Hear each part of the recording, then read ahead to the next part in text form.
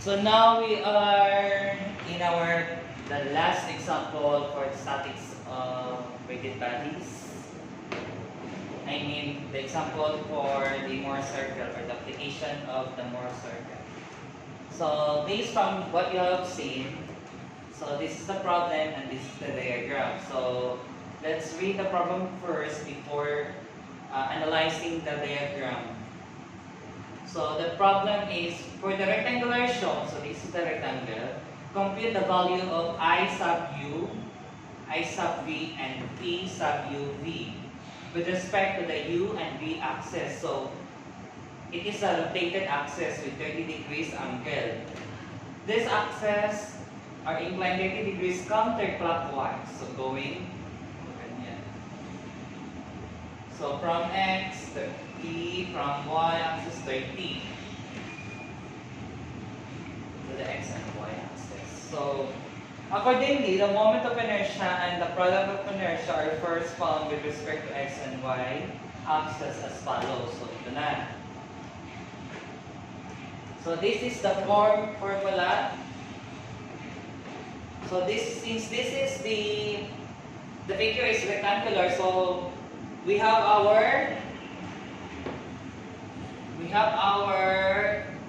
moment of inertia or the centroid, is from centroid B h cube 12.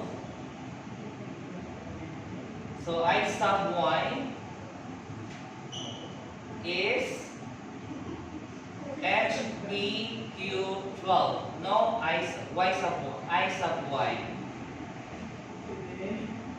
So I think we already solved this formula, and I have given to you the table or the list of formulas about the moment of inertia.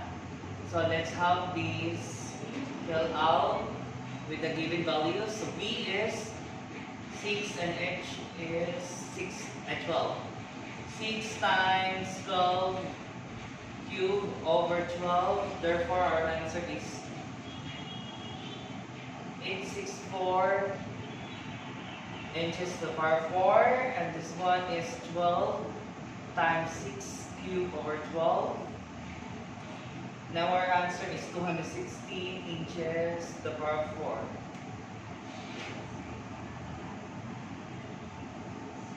Our P sub x is 0 because of the x and y axis are symmetrical. No, because the x and y axis is symmetrical, so our P sub xy is 0.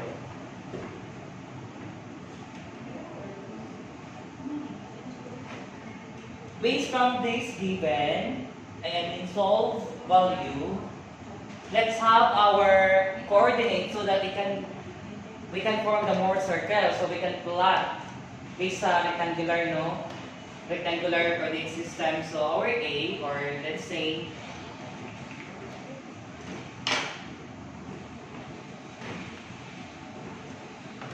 para malocate natong I sub x, I mean para malocate natin yung I sub x, our A coordinate is 864, and we are considering the x-axis as our reference axis, and our B is ito na value 216 0, no? So let's plot this. This is the x, this is the y, the origin. So 864. Let's say dito, ang B8 to, ang B is to.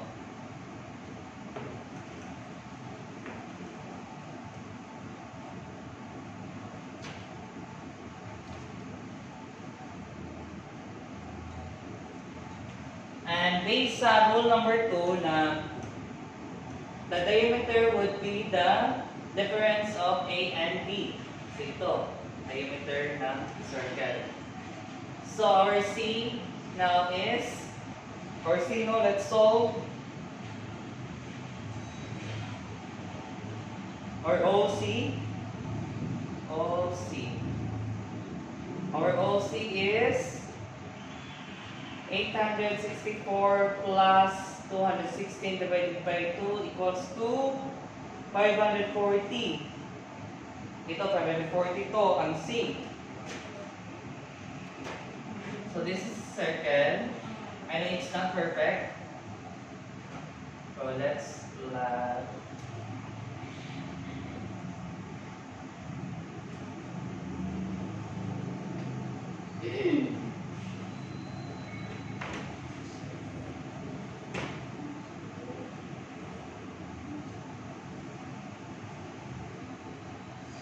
As I have said, 2 theta. Therefore, 2 times 30 degrees is 60 degrees.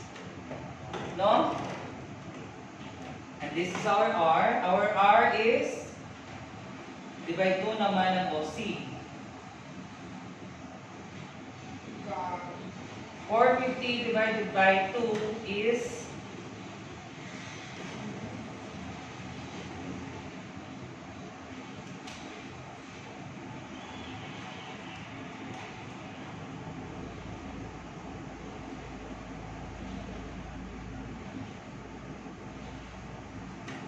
mali pala. Because OC are here. So therefore, hindi OC, kundi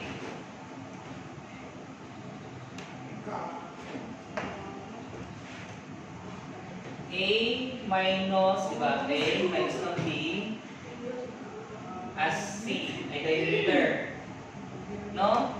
And divide 2. So, 864 minus 216 divided by 2, ito yung reduce. So, if I'm not mistaken, sa pag-solve mo, 324.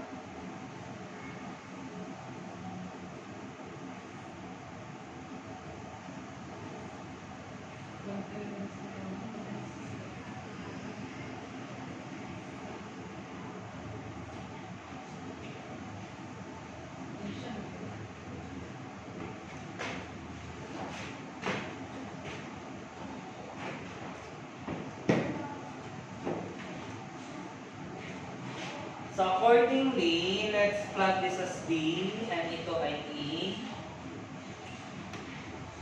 And this one would be the U and this is the B. No? U and B. So this is the value here make up this for second.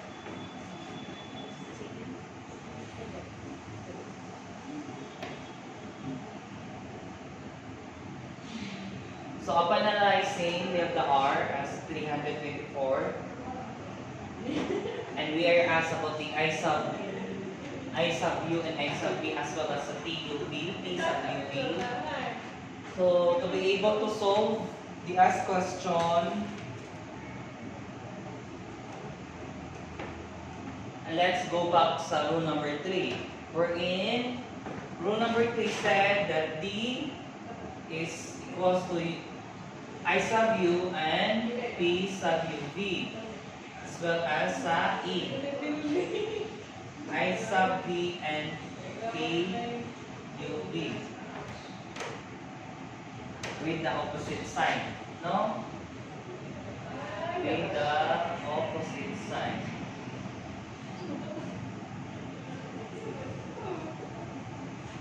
So based from the diagram,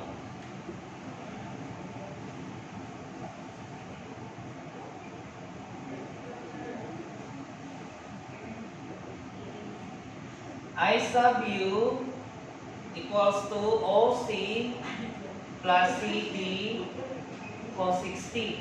Why?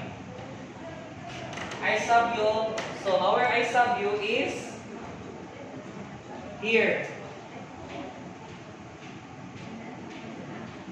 No? Or I sub X, and this is the I sub Y. Or V. And this is the P sub UV. Ito. P sub UV din ito. OC plus nito. This would be CD. CD adjacent man, so cosine. So CD cosine 60, right? So this what make the isoview. Oh, our OC now is 540 plus CD is, or the R, no, is 324 cosine 60, and our isoview is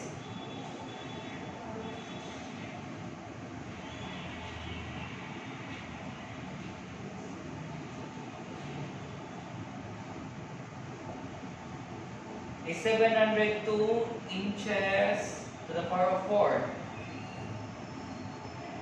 No? So we're done with the I sub u. Now let's proceed to I sub v.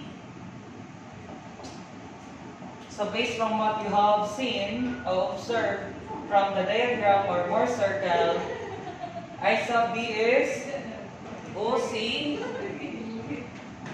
minus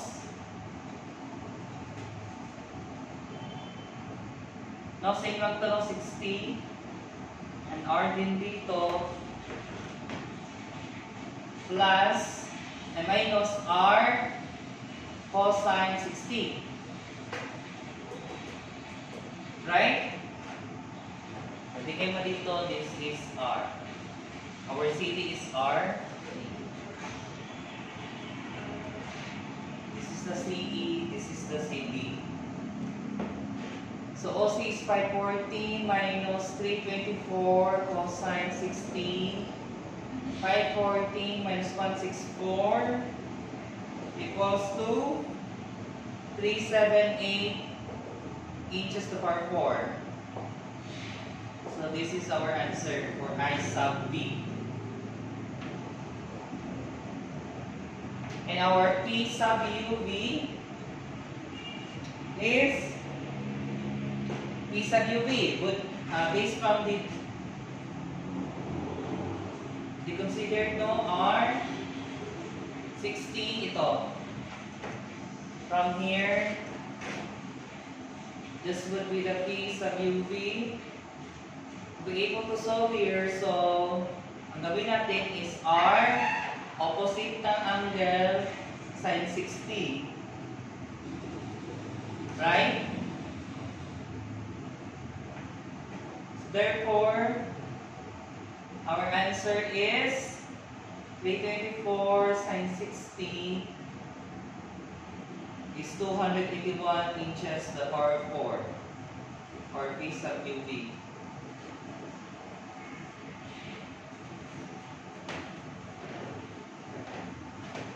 So, kunting mali mo lang, everything in solution would be affected, no? So dapat be meticulous and observant in putting your values. So I think we're okay with this, and I've come an end in explaining to you what is Mohr circle. So thank you for watching and hoping that you have learned from me for the entire course in this subject. So I say goodbye and thank you for listening and watching my videos. I mean learning. So have fun self-learning and goodbye.